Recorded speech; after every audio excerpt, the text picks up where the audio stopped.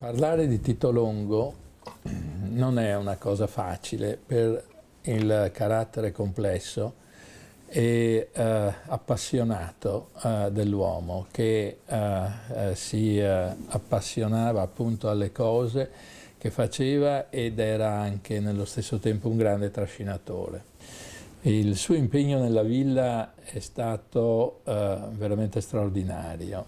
Non pensava che la fondazione si fosse staccata dalla villa, ma pensava di dover proseguire in quell'opera di recupero fatta appunto dal professor Ghirardi, sia pure con altre forme. E cioè la villa come un grande contenitore per eventi straordinari, ma nello stesso tempo la villa come luogo di riconoscimento, di elevazione culturale per tutto il territorio circostante.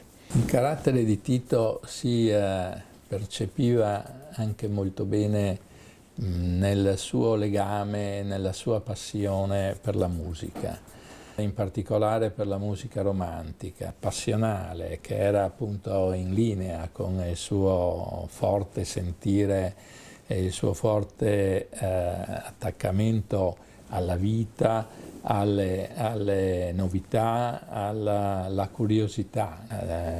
La passione per la musica e la passione per la medicina sono due cose che in lui erano molto, molto legate. Non perdeva un'occasione per essere presente in villa a tutti i concerti che sono stati organizzati e che venivano organizzati proprio sul suo stimolo, il suo costante interessamento per avere il meglio che si poteva ottenere nel nostro ambito.